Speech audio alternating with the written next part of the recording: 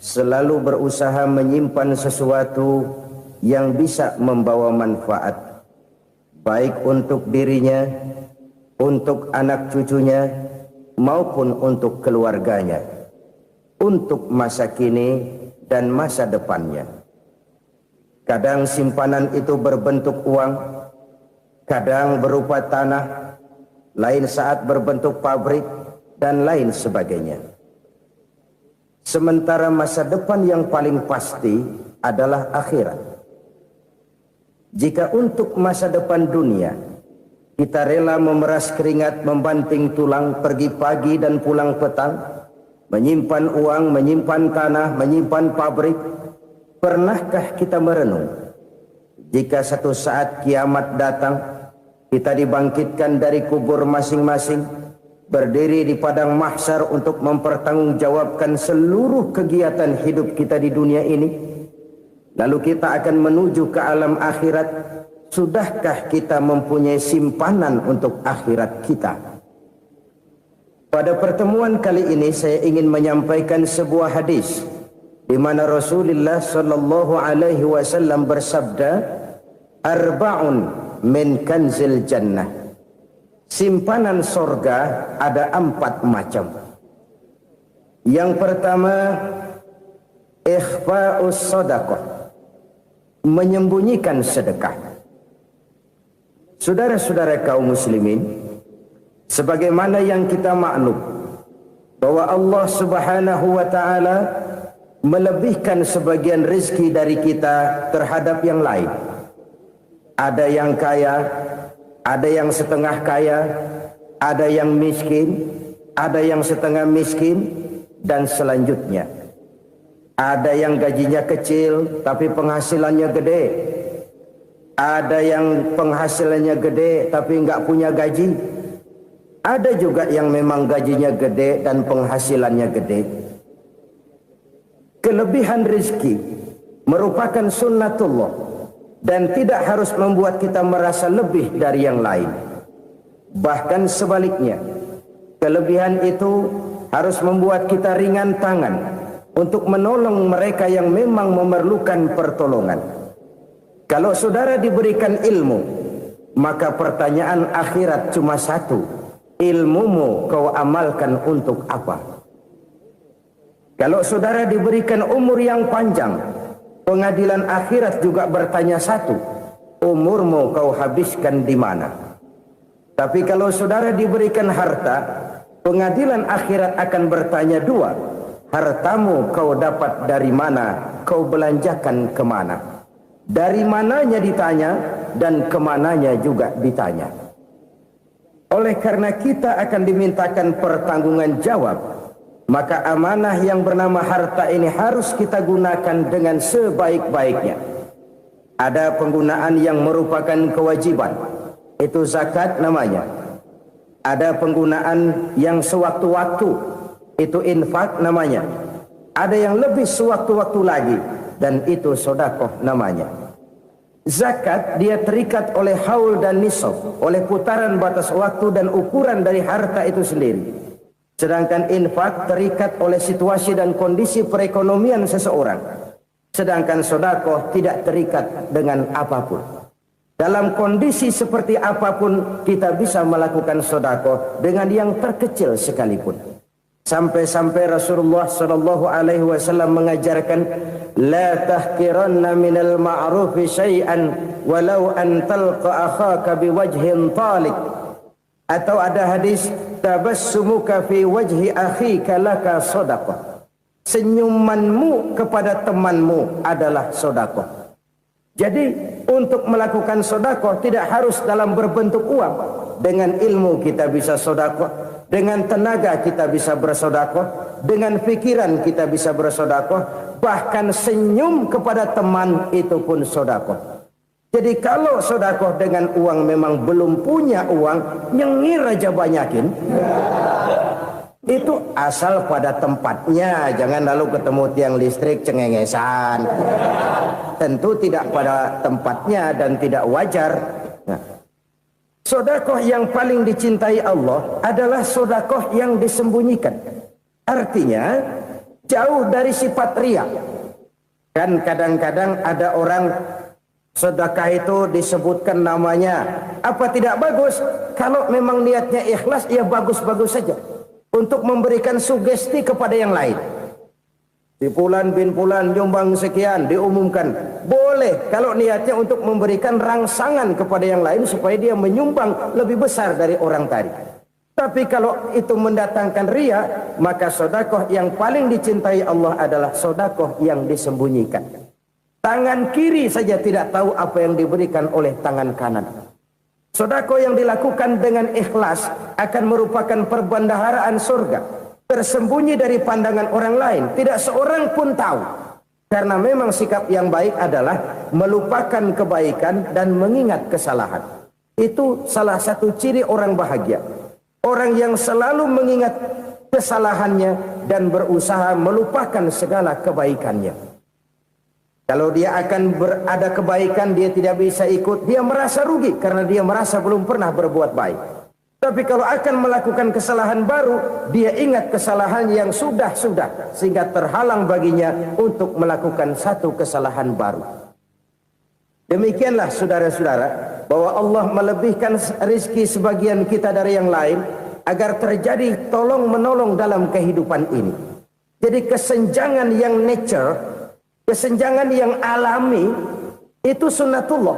Ada yang kaya, ada yang miskin, ada yang kelas menengah. Nah, kenapa lalu sekarang kita berusaha mengentaskan kemiskinan? Oleh karena adanya kesenjangan struktural. Kalau yang kaya bisa semakin kaya, kenapa yang miskin tidak bisa naik jadi ikut sedikit kaya? Sebab pada dasarnya Islam adalah agama yang sejak turunnya sudah berupaya memerangi kemiskinan. Bahkan dikatakan kemiskinan itu mendekatkan kepada kekufuran. Orang kalau miskin udah dekat banget sama kafir. Gampang menjadi kafir. Berapa banyak saudara-saudara kita yang oleh karena soal perut, oleh karena soal materi, terpaksa meninggalkan dan menanggalkan akidahnya.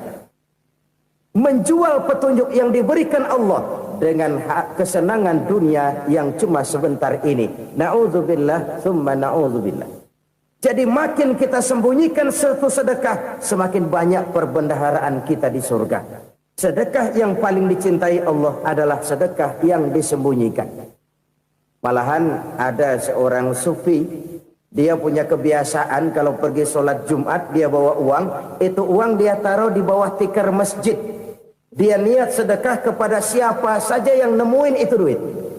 Maksudnya apa? Supaya yang nemuin nggak tahu siapa yang punya duit. Demikian dia saking ingin menyembunyikan sedekahnya. Karena sifat riya itu bisa memakan amal kita sendiri. Riya itu termasuk menyebut-nyebut kebaikan kita. Orang yang suka nepuk dada, sedikit-sedikit ngitungnya kalau nggak gua. Tuh kalau nggak gua tuh. Tuh yang belas itu kalau nggak gua, kalau nggak gua. Iya kalau nggak lu kenapa emang? Orang yang suka menepuk jasad. Tuh, biasanya memang begitu saudara-saudara. Kalau perang lagi berkecamuk, orang nggak sempat ngaku jadi pahlawan. Tapi begitu perang selesai, yang kagak kenal bedil ngaku pahlawan, mas. Itu sesuatu yang biasa. Oleh karenanya, orang-orang yang ikhlas dalam bersedekah, disembunyikannya sedekah itu, Allah cinta betul. Malahan ada hadis memberikan jaminan, inna sedaqatal mar'il muslimi tazidu fil umri wa tadfa'u mitatas su'i. Sesungguhnya sedekahnya seorang mukmin tazidu fil umri, bisa menambah umur panjang, wa tadfa'u mitatas su'i, dan menyelamatkan manusia dari mati secara su'ul khatimah. Jadi siapa yang kepengen panjang umur, banyaklah sedekah. Yang bosan hidup, pelit terus. Sedekah menambah panjang umur dan menyelamatkan manusia dari mati secara su'ul khatimah. Pak, katanya umur itu nggak bisa ditambah, nggak bisa dikurangin. Kapan? Kalau ajal sudah datang. Fa idza jaa ajaluhum la yastakhiruna sa'atan wa la yastaqdimun. Kalau ajal datang tidak bisa dimajukan, tidak bisa dimundurkan. Itu kalau ajal sudah datang. Tidak bisa lagi umur ditambah dikurangi, sudah datang. Tapi kalau belum datang, itu kan haknya Allah. Mau ditambah, mau dikurangi, hak prerogatif Allah. Sebagai pencipta manusia, Allah Maha Kuasa dan Maha Mampu. Sedekah ini menambah panjang umur dan menyelamatkan manusia dari mati secara su'ul khatimah. Itu orang mati kan sama ya, kondisinya mati, nggak nafas. Tapi hakikat mati kan lain-lain. Ada yang mati itu husnul khatimah, baik akhirnya. Misalnya lagi ngaji mati, lagi sholat mati, lagi sedekah mati. Ini yang dinamakan dengan husnul khatimah, baik di akhirnya. Sebaliknya ada yang su'ul khatimah, jelek di akhirnya. Ini yang jadi catatan akhir. Lagi nyekek botol, mampus. Lagi banting kartu, modar. Su'ul khatimah, jelek pada akhirnya. Sedekah menyelamatkan manusia dari mati secara su'ul khatimah. Dan kita semua kepengen mendapat husnul khatimah, jauh dari su'ul khatimah. Oleh sebab itu yang bisa menyelamatkan kita dari penyakit itu antara lain adalah sedekah yang disembunyikan, yang dikerjakan dengan ikhlas karena Allah, tidak karena kepengen dipuji orang, tidak karena ingin dikatakan orang pemurah. Sebab orang dermawan itu orang yang memberi tanpa harus diminta. Kalau masih harus diminta, ya belum dermawan namanya, masih harus diminta. Kalau nggak diminta ya tulus, lolos, polos. Saudara-saudara kaum muslimin rahimakumullah. Harta adalah amanat dan akan kita pertanggungjawabkan. Allah melebihkan rizki sebagian kita dari yang lain agar kita saling tolong menolong, bantu membantu. Nabi janjikan siapa yang meringankan beban saudaranya muslim di dunia, Allah akan meringankan bebannya di akhirat nanti. Sebuah jaminan dari baginda Nabi. Si orang yang kita bantu barangkali tidak bisa membalas, Allah yang akan membalas lewat jalan lain yang tidak pernah kita sangka-sangka. Ada orang tanya, Pak, ini ada orang nyumbang masjid sambil marah-marah, bagaimana? Saya bilang sumbangannya aja ambil, marahnya jangan. Marahnya jangan diambil, itu urusan dia. Saudara-saudara kaum muslimin rahimakumullah. Umat Islam ini kan umat yang punya potensi besar. Kadang kita merenung, kenapa kadang-kadang pembangunan masjid kok lambat sekali? Kalau hotel hari ini peletakan pertama, bulan depan peresmian. Supermarket hari ini peletakan batu pertama, minggu depan peresmian. Tapi kalau sudah yang namanya masjid, kadang-kadang peletakan batu pertama sekaligus jadi batu terakhir. 3 tahun, 4 tahun, campur nebar jalak di jalanan, duit dijaring kayak ikan sepat. Apa tidak ada orang Islam yang kaya? Banyak. Apa tidak ada pengusaha muslim yang jadi konglomerat? Ada. Lalu yang belum banyak itu yang komit terhadap nilai-nilai agamanya.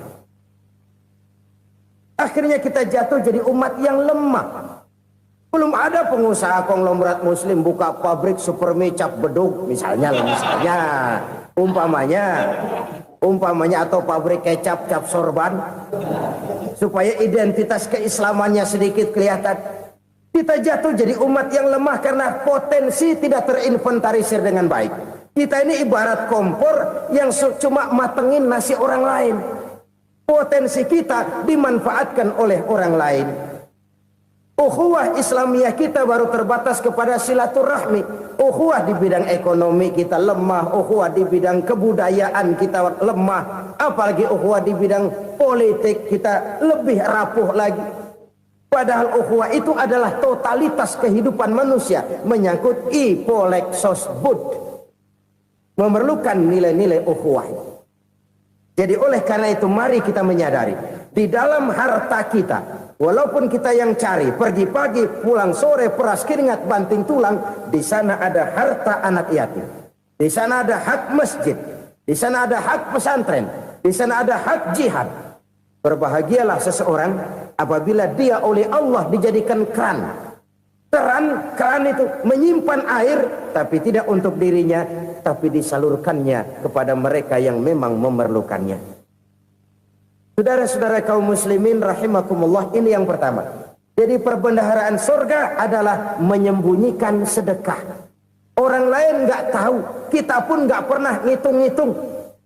Kita anggap lewat begitu saja, padahal itu deposit akhirat. Satu. Yang kedua, perbendaharaan surga itu apa? Wa kitmanul musibah, menyembunyikan kesulitan.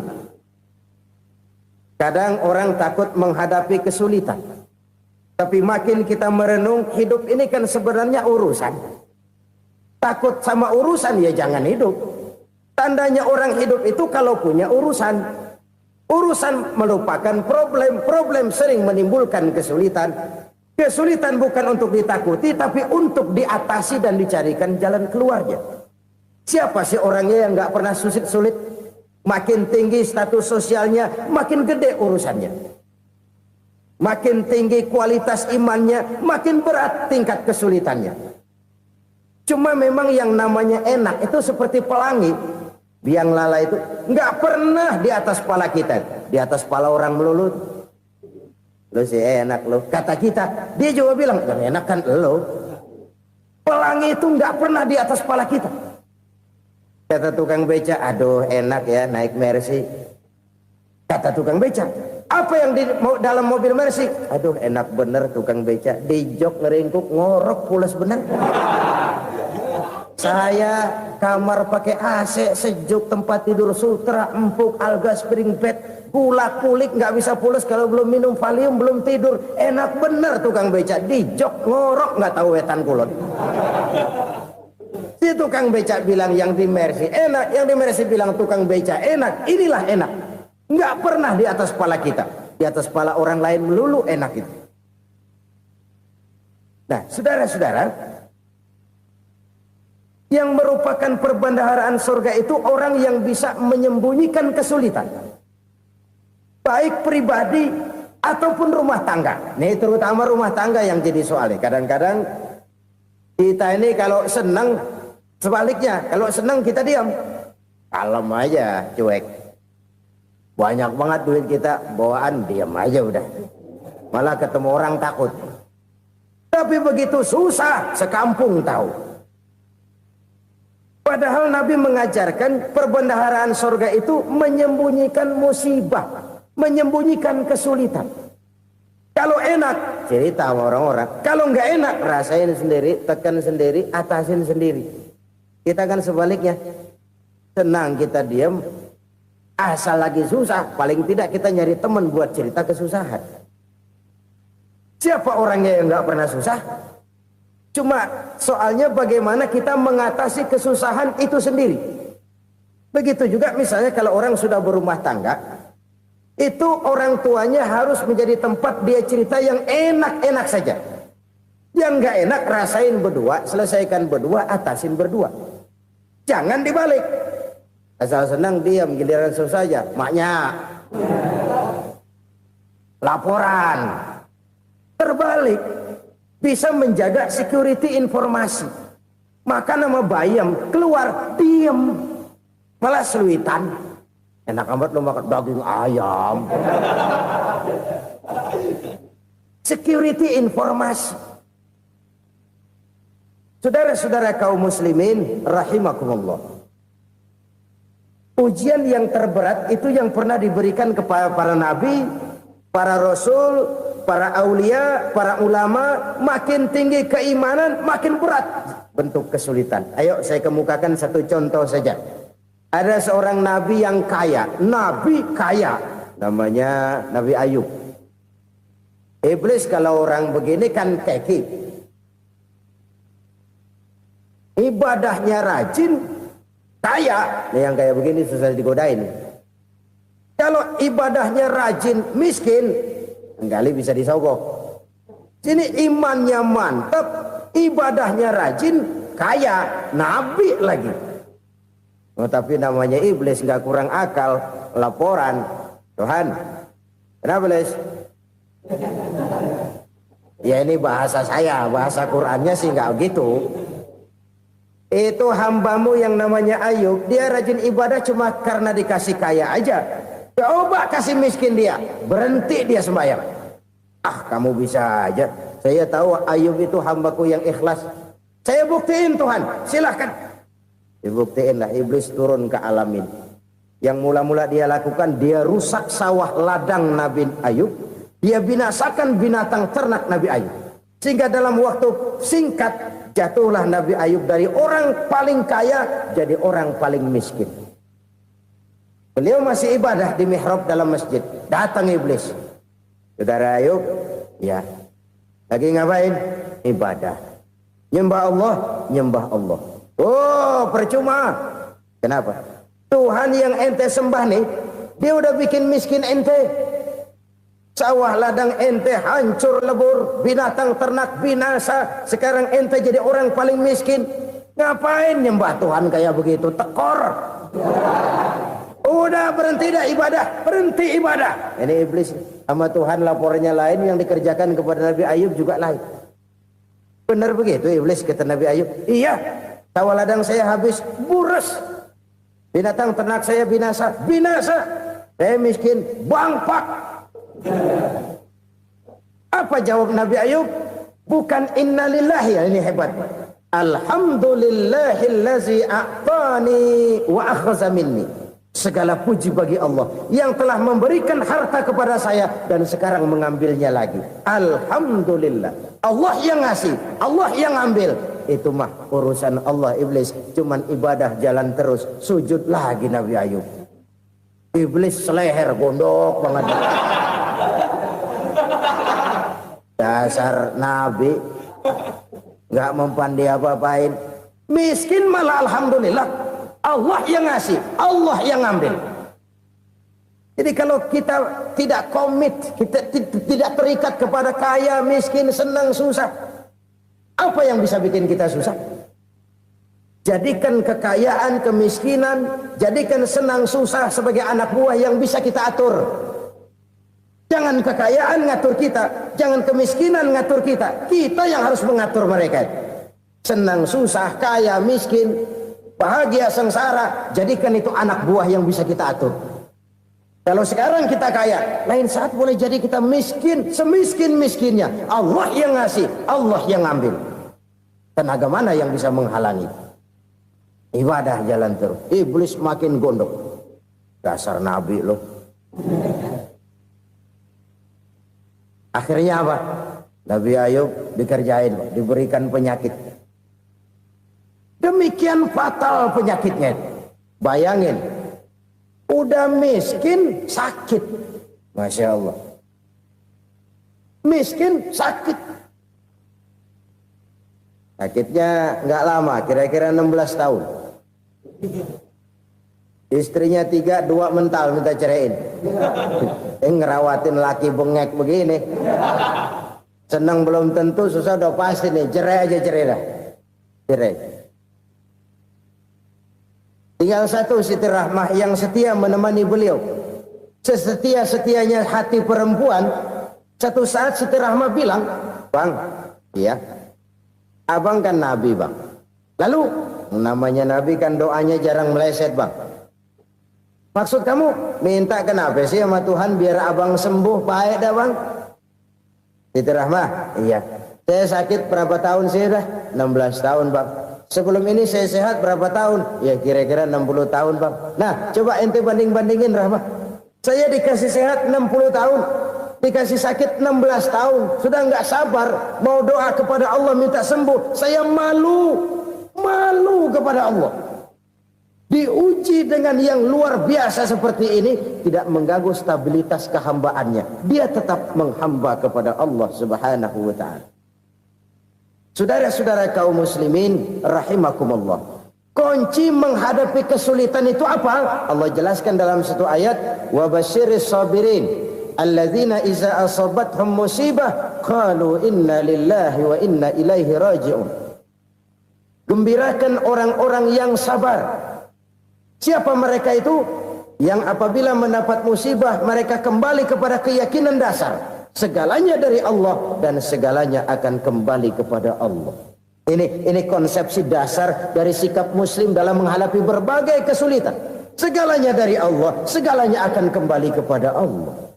Kalau ini sudah kondisi dasarnya, maka kita akan lapang menghadapi kenyataan bagaimanapun pahitnya. Apakah itu namanya miskin, apakah itu namanya sakit, bahkan maut sekalipun. Maut sekalipun.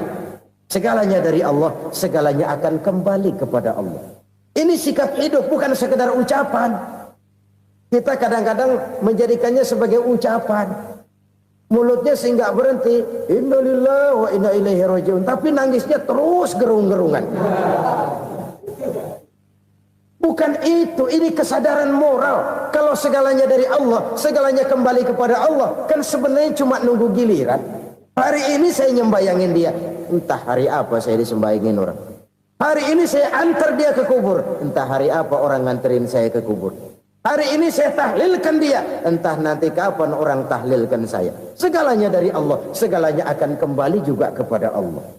Oleh sebab itu saudara-saudara, kesulitan bukan untuk ditakuti.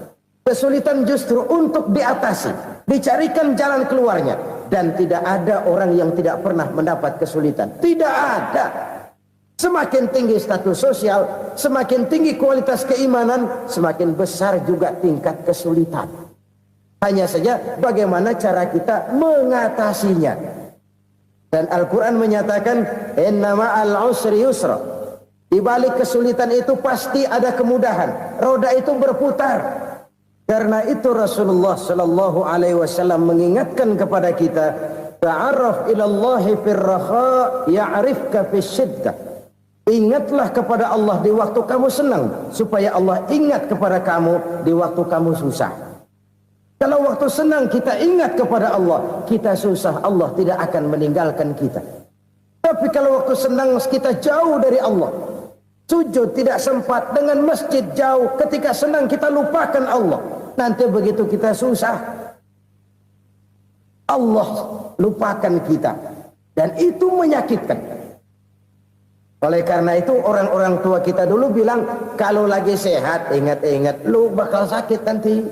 Kalau lagi kaya ingat-ingat, satu saat kita bakal jatuh miskin.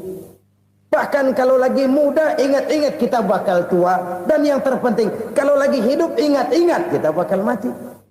Saudara-saudara kaum muslimin rahimakumullah. Jadi yang kedua yang merupakan perbendaharaan surga, menyembunyikan musibah. Saudara-saudara kaum muslimin rahimakumullah. Hal ketiga yang merupakan perbendaharaan surga adalah wasilatur rahmi. Orang yang suka bersilaturahmi. Sebagaimana yang kita maklum bahwa manusia adalah makhluk yang disebut zon politika. Makhluk sosial yang tidak mungkin hidup sendiri-sendiri. Betapa dan siapapun kita memerlukan orang lain. Bodoh betul manusia kalau tinggal di tengah masyarakat tapi tidak mau bermasyarakat. Merasa hebat sendiri, pinter sendiri, gagah sendiri, kaya sendiri. Mungkin kalau mati juga ngubur sendiri.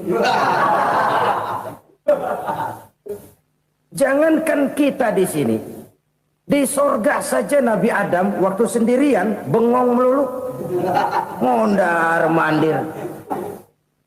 Allah tegur dam sepi dam. Ya ini kalau bahasa saya. Iya Tuhan, sepi ini nggak ada coret-corekan pisan ini. Diciptakan Siti Hawa baru anteng Nabi Adam.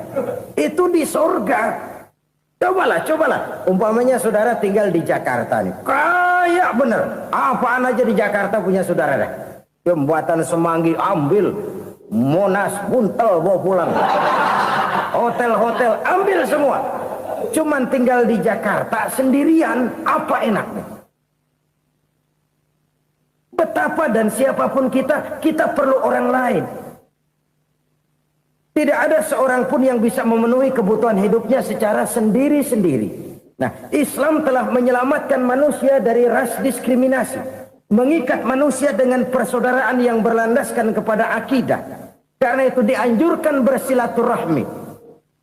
Bahkan Nabi menyatakan, man arada ayyubsata lahu fi rizqihi wa yunsa'a fi atharihi falyasil rahimah. Siapa yang kepengen diluaskan rezekinya dan dipanjangkan usianya, banyaklah ia bersilaturahmi. Siapa yang kepengen dimudahkan rezekinya, hendaknya ia banyak bersilaturahmi. Kalau banyak teman, kesulitan kan paling tidak ada tempat cerita. Udah susah, sendirian kita pikirin diri, nggak ada tempat tukar pikiran. Cepet banget sama bengek. Dilawan sendiri. Nah, secara makro kita bisa berkata, tidak mungkin ada kemenangan kalau tidak ada kekuatan. Tidak ada kekuatan kalau tidak ada kesatuan dan persatuan. Tidak mungkin ada kesatuan dan persatuan tanpa semangat silaturahmi. Kalau umat Islam mau menang, dia harus kuat. Kalau umat Islam mau kuat, dia harus bersatu. Kalau umat Islam mau bersatu, dia harus membudayakan silaturahmi ini. Bahkan sampai-sampai kata Nabi, kalau bisa cari nilai tambah. Apa? Silman qata'ak. Bersilaturahmilah kau kepada orang yang marah denganmu. Masya Allah, indahnya ajaran agama kita. Orang yang marah pun kepada kita, kata Nabi, kalau bisa bersilaturahmilah kepadanya, kepada orang yang marah itu. Di situ nilai tambah. Cuman jujur nih hadis, ngucapinnya gampang, ngamalinnya yang berat banget. Orang marah sama kita, kita disuruh silaturahmi. Ada apa malu? Lu marah, ada gue marahan lagi. Tunggu pikirin. Saudara-saudara kaum muslimin rahimakumullah. Tapi ini yang diajarkan, bahkan ini yang dicontohkan oleh baginda Rasul. Bagaimana begitu mudah, misalnya satu saat Abu Jahal ini ngatur strategi bagaimana bikin Muhammad celaka. Dia gali lubang di depan tempat tidurnya. Dia tutupin daun korma. Terus dia panggil seseorang, ke sini. Kasih tahu Muhammad, pamannya sakit keras, minta ditengokin. Berangkat orang ini ke sana. Muhammad, labbaik. Pamanmu sakit keras, dia minta ditengokin. Baik, saya akan datang menjenguk beliau. Berangkatlah Nabi ke rumah Abu Jahal tanpa prasangka apapun. Abu Jahal udah pasang setil, selimut 3 rangkap setengah dipakai. Persis kayak orang meriang. Tapi sembari ngintip dari balik selimut, begitu Muhammad buka pintu, nah masuk perangkap nih. Muhammad jalan menuju tempat pembaringan. Makin lama makin dekat, makin lama makin dekat. Makin dekat ke lubang yang dipasang oleh Abu Jahal itu. Dalam hati Abu Jahal, terus dah jatuh, mampus dah lo ini. Mampus lo hari ini nih. Apa yang terjadi? Malaikat Jibril datang. Muhammad, pamanmu cuma pura-pura sakit. Di depan tempat tidurnya ada lubang perangkap supaya kamu jatuh ke situ. Sudah, kamu pulang. Balik kanan Nabi. Sudah hampir jatuh ke lubang, balik kanan, pulang. Bayangin kecewanya Abu Jahal. Muhammad dikit lagi, Muhammad dikit lagi. Enggak paman, saya pulang aja. Emosi bangun dari tempat tidur, enggak sadar kalau lagi pura-pura sakit. Lompat ngejar Nabi, dia lupa dengan lubang yang dia gali. Serak, nyemplung sendiri ke dalam lubang.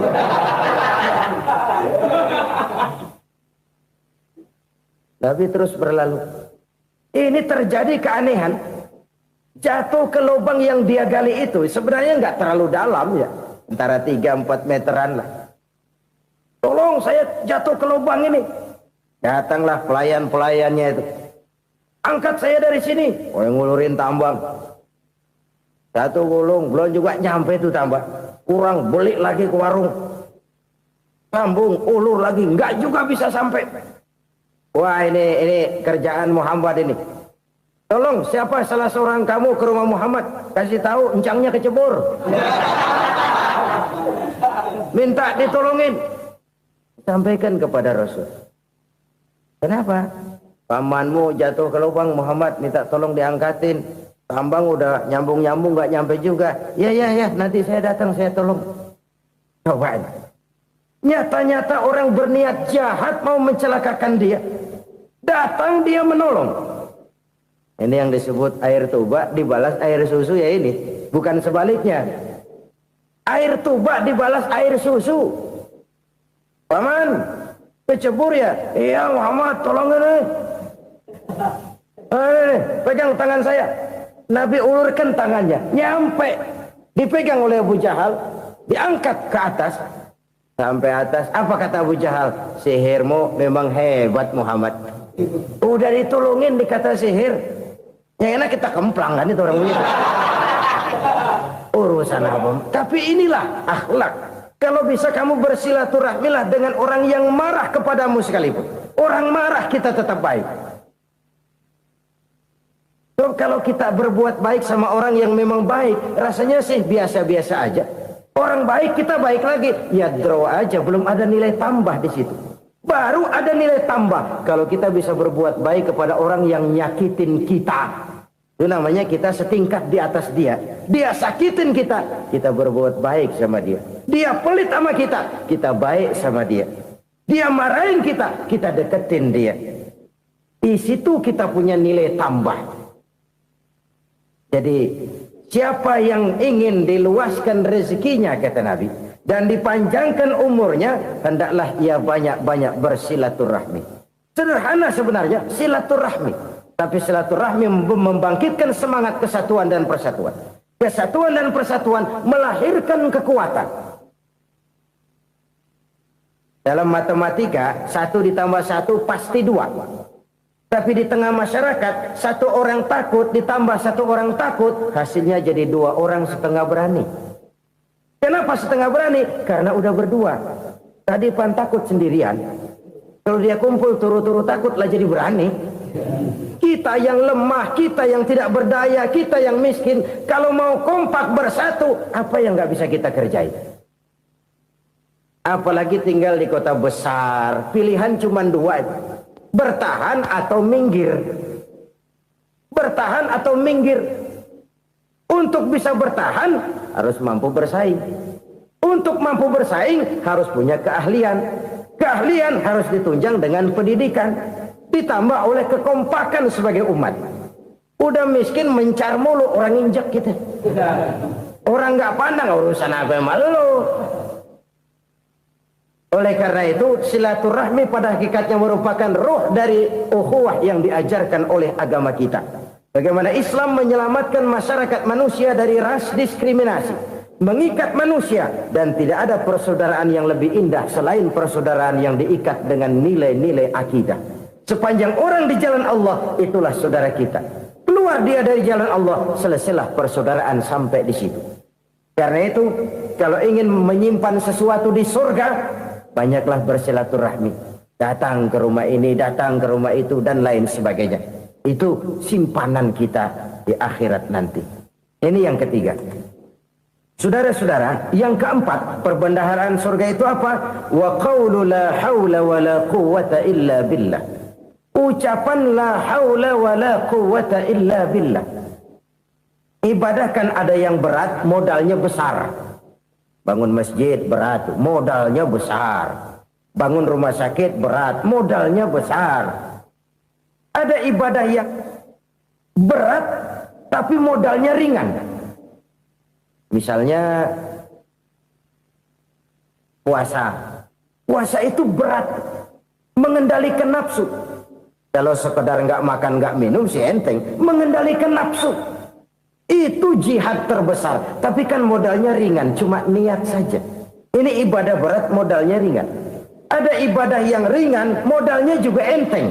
Seperti termasuk ucapan la haula wa la quwwata illa billah. Tanpa sadar, la haula wa la quwwata illa billah, nyelengin tuh di surga. Nyelengin, kita nggak terasa, nyelengin simpenan akhirat. La haula wa la quwwata illa billah, nyimpan lagi. Kaget, la haula wa la quwwata illa billah, nyimpan lagi. Banyak simpanan. Walaupun sebenarnya yang dimaksud di sini adalah kesadaran batin bahwa tidak ada daya dan kekuatan kecuali Allah. Itu intinya. Kita memulai pekerjaan disunahkan baca bismillah, kan begitu. Apa itu? Kesadaran moral. Bahwa ini saya bisa kerjakan. Saya kerjakan ini dengan menyebut nama Allah. Kenapa? Kalau Allah tidak memberikan daya dan kekuatan, mana mampu saya kerjakan ini. Maka saya kerjakan ini dengan menyebut nama Allah. Bismillah. Kesadaran moral. Manusia hanya wajib berusaha, tapi nggak pernah wajib berhasil. Banyak hal-hal yang kalau kita renungkan secara rasio nggak mungkin, tapi jadi kenyataan. La haula wa la quwata illa billah. Tidak ada daya dan kekuatan kecuali bagi Allah semata-mata. Kesadaran moral akan kelemahan dan keterbatasan makhluk bernama manusia. Kadang kita kagum dengan otak, tapi kita sering lupa sama yang bikin otak.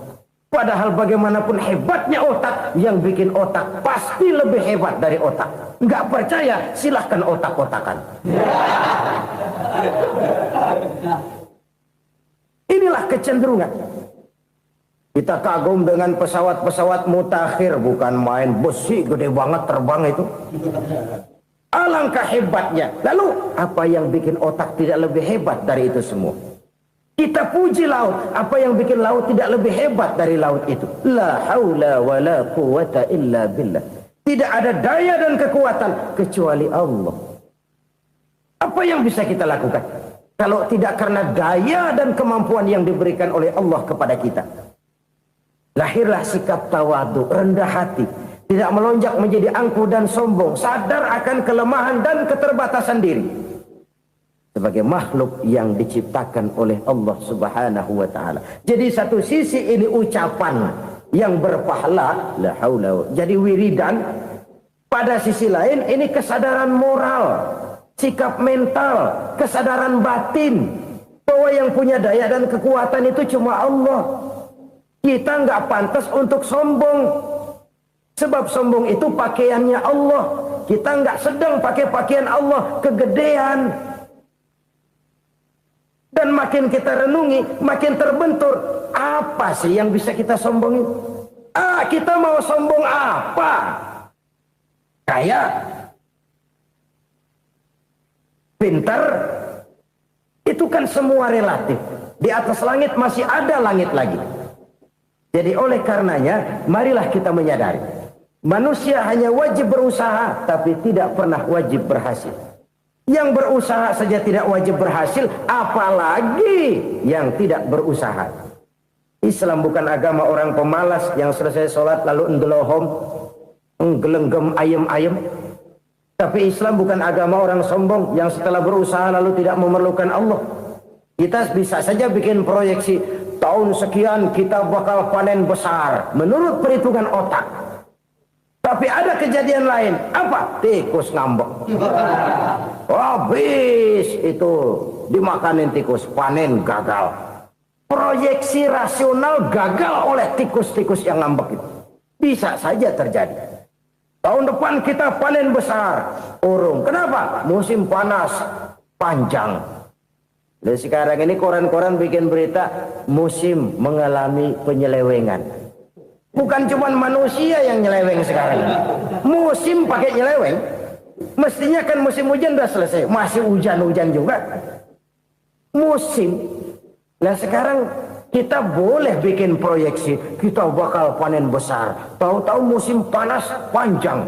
Sawah retak, air kering. Cari teknokrat yang paling botak. Suruh pendekin tuh musim panas.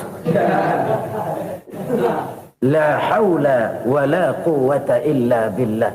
Inilah kesadaran moral. Saudara, saya teringat satu saat ada seorang konglomerat.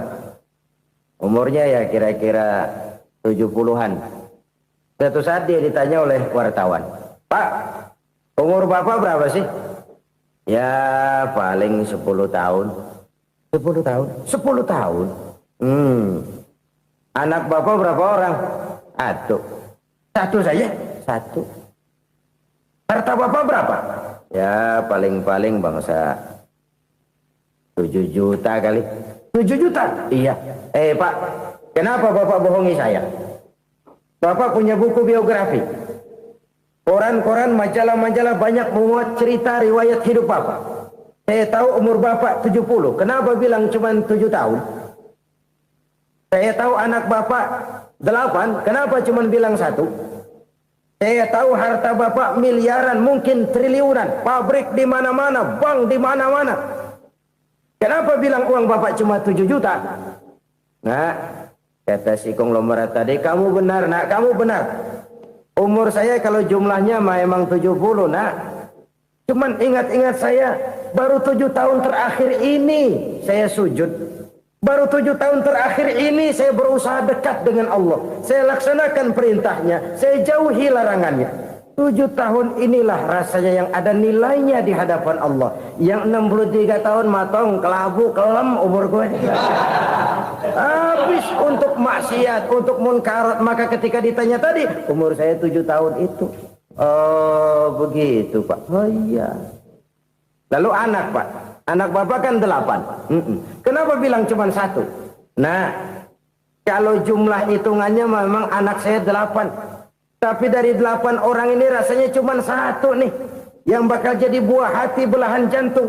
Pelanjut cerita, penerus sejarah. Bakal jadi anak soleh yang akan mendoakan saya. Cuma 1 rasanya anak saya ini yang bakal jadi buah hati saya. Besar-besaran saya. Yang akan mendoakan di kubur saya. Yang akan mendoakan di akhirat saya. Yang 7 orang mana, Masya Allah, yang atu tenggeng, yang atu nyekek botol lolo, yang atu nggak karu-karuan. Makanya saya bilang 1 anak saya yang akan bisa mendoakan saya. Oh begitu Pak. Iya. Nah harta Pak, harta bapak kan triliunan, pabrik bapak di mana-mana, uang bapak hampir di tiap bank-bank besar. Kenapa bilang cuma 7 juta? Betul kau nak. Harta saya kalau jumlahnya memang miliaran, triliunan mungkin. Tapi yang saya ingat baru 7 juta tuh yang saya belanjakan di jalan Allah. Saya nyumbang masjid, saya santuni yatim piatu, saya bantu pembangunan pesantren, saya bantu pembangunan rumah sakit Islam. Itu yang akan saya bawa pulang ke akhirat, yang 7 juta itu. Yang triliunan itu nanti akan diperebutkan oleh anak-anak saya sebagai waris saya. Jadi harta saya 7 juta itu yang bakal nemenin saya di akhirat. Yang akan saya bawa pulang jadi teman saya. Saudara-saudara kaum muslimin, jangan-jangan orang tua itu adalah kita-kita ini. Jangan-jangan kita-kita ini adalah orang tua itu. Jangan-jangan itu potret dari diri kita masing-masing. Dari sekian umur yang diberikan Allah, berapa tahun yang ada nilainya di hadapan Allah? Dari sekian anak-anak yang merupakan amanah, berapa yang akan mendoakan kita sebagai orang tuanya menjadi anak soleh? Dari sekian banyak harta yang diberikan Allah, berapa yang akan kita bawa pulang menghadapnya nanti, yang kita belanjakan di jalan Allah? Ini sebuah potret kehidupan. Karena itu kita kembali kepada la haula wa la quwwata illa billah. Kita wajib berusaha, kita wajib berikhtiar. Selebihnya, segala daya dan kekuatan hanya milik Allah saja semata-mata. Satu kesadaran batin dari setiap pribadi muslim. Setelah ia berusaha dan berikhtiar, ia menyerahkannya kepada Allah Subhanahu wa ta'ala. Jadi, satu sisi ini merupakan wiridan ucapan yang mengandung pahala. Pada sisi lain, ini merupakan sikap batin dari seorang muslim di dalam ia menghadapi realitas kehidupan ini. Saudara-saudara kaum muslimin rahimakumullah. Kalau ini kita jadikan satu basis kehidupan, maka ini akan menyelamatkan manusia dari kemungkinan tergelincir menjadi orang yang lupa diri dan lupa darat. Sebab itu Imamul Ghazali berpesan, jadidis safinah fa innal bahra amiq wa khuziz zad fa inna safara ba'id wa khaffifil hamla fa innal hamla sadid. Perbarui selalu kapalmu karena lautan sangat dalam. Bawa bekal yang banyak karena perjalanan ini sangat jauh. Ringankan beban karena kebanyakan beban akan menyakitkan. Alangkah indah kalimat ini, alangkah dalam makna yang terkandung di sana. Perbarui selalu kapalmu karena lautan sangat dalam. Apa artinya ini? Jaga mentalmu baik-baik. Pelihara imanmu baik-baik karena hidup penuh cobaan seperti lautan. Kita kalau berlayar di lautan kan kadang-kadang tenang, angin bertiup sepoi-sepoi basah. Jika malam datang bintang gemintang bertabur menghias cakrawala. Rembulan memantulkan sinarnya dengan indah. Dalam keadaan begitu berlayar enak. Tapi lain saat ombak menggunung, halilintar menyambar, angin topan bertiup. Berapa banyak sudah saudara-saudara kita yang tenggelam di lautan dunia tanpa sadar bahwa dia belum sampai kepada pantai yang akan dituju. Berapa banyak sudah saudara-saudara kita yang tenggelam di lautan dunia ini tanpa sempat bangkit lagi. Dia menyangka sudah sampai kepada tujuannya. Hati-hati kapal jangan sampai bocor karena lautan sangat dalam. Iman ini jaga baik-baik karena hidup penuh dengan ujian. Wa khuzizat fa inna safar ba'id. Bawa bekal yang banyak karena perjalanan sangat jauh. Saudara mau ke Bandung, bawa duit. Saudara mau ke Surabaya, banyakan lagi duitnya. Saudara mau ke Mekah, gepokan, iketan tuh duit nggak lembaran lagi. Makin jauh perjalanan, makin banyak bekal yang harus kita bawa. Kalau saudara dari Jakarta mau ke Surabaya, kagak bawa duit berangkat juga, itu sih bukan berani namanya, nekat. Sampai Surabaya belum tentu, sengsara di jalan udah pasti. Kenapa? Nggak bawa bekal berangkat. Sama juga kita nih, misalnya belum sempat sembahyang, mati. Waduh, berani banget orang. Belum punya bekal, mati. Sengsara di jalan. Atau bekal tidak cukup. Dari Jakarta saudara mau ke Surabaya, bawa duit 500 perak. Paling jauh Cikampek nyampenya itu. Paling jauh itu. Antara jauhnya perjalanan dengan bekal yang saudara bawa tidak seimbang. Hidup ini perjalanan panjang. A walking tour. Dimulai dari alam arwah. Sebelum jasad diciptakan, roh diciptakan lebih dulu. Dari situ pindah ke alam rahim. Dari alam rahim pindah ke alam dunia. Dari alam dunia pindah ke alam barzah. Baru menuju akhirat. Satu perjalanan panjang. Kalau bekal tidak bawa, sengsara di jalan. Bawa bekal yang banyak karena perjalanan ini sangat jauh. Wa khaffifil hamla, ringankan beban karena beban itu cuma akan menyulitkan. Kalau bekal itu sih keperluan, tapi beban nggak kita perluin, cuma ngeberat-beratin. Apa ini beban? Dosa, kecurangan, kebatilan, kezoliman, ketidakadilan, kesewenang-wenangan. Itu akan jadi beban kita di akhirat. Alangkah celakanya, perjalanan panjang, bekal tidak bawa, beban kelewat banyak, alamat sengsara di jalan. Pahala tidak ada, dosa berlipat ganda. Na'udzubillah, summa na'udzubillah. Kalau kita rangkum nasihat Al-Ghazali dengan kisah si konglomerat tadi, kita akan mengambil kesimpulan. Pertama, bekal terbaik dalam menghadapi gejolak kehidupan ini tidak lain adalah iman. Yang kedua, pahala dan dosa. Dua hal kontroversial. Pahala adalah bekal, dosa adalah beban. Tapi kita sekarang kan tidak begitu terangsang kepada yang abstrak. Orang berlomba mencari yang konkret-konkret saja. Yang real. Kalau memang dosa, benjol dong. Kira-kira begitu. Kira-kira begitu. Persis orang Yahudi dulu. Orang Yahudi itu kan pernah minta kepada Nabi Musa. Ya Musa, lan nu'mina laka hatta narallaha jahrah. Musa, kami nggak bakal mau beriman kepada Allah kalau belum kami lihat Allah ada nongkrong di depan kami. Kalau memang Tuhan ada, taruh dong di depan kami. Mau yang konkret-konkret saja. Kalau memang dosa, benjol dong. Kalau memang pahala, berasa dong. Orang terangsang kepada yang real, yang konkret-konkret saja. Karena itu, untuk mengejar dosa, orang mau bayar. Tapi untuk mengejar pahala, walaupun tidak bayar, orang segan. Ini yang dikatakan oleh Nabi, kamu mengharapkan ke surga, tapi kamu berat melaksanakan sesuatu yang bisa membawa kamu ke surga. Kamu ingin jauh dari neraka, tapi tiap saat kamu lakukan perbuatan-perbuatan yang justru menjerumuskan kamu ke neraka. Idda'aitum an-najata minan nar wa ramaitum fiha anfusakum. Kamu ingin selamat dari neraka, tapi kamu lemparkan diri kamu ke neraka. Kamu ingin masuk surga, tapi berat sekali kamu melakukan perbuatan-perbuatan yang bisa menyampaikan kamu di surga. Saudara-saudara kaum muslimin rahimakumullah. Jadi hal keempat yang merupakan perbendaharaan surga adalah la haula wa la quwata illa billah. Satu sisi ini merupakan ucapan yang memperberat timbangan akhirat. Pada sisi lain ini merupakan sikap hidup seorang muslim. Kesadaran batin yang sangat dalam bahwa tidak ada daya dan kekuatan kecuali Allah. Dan itu kita simbolkan pada saat memulai pekerjaan dengan Bismillah. Dengan menyebut nama Allah. Satu kesadaran moral. Saya hanya bisa melakukan ini karena diberikan daya dan kekuatan oleh Allah. Lahirlah sikap tawadu, rendah hati, tidak melonjak menjadi angkuh dan sombong. Saudara-saudara, sampai sini dulu jumpa kita kali ini. Semoga 4 perbendaharaan surga ini dapat kita lakukan, yang kelak akan merupakan bekal kita di kemudian hari nanti. Amin ya rabbal alamin.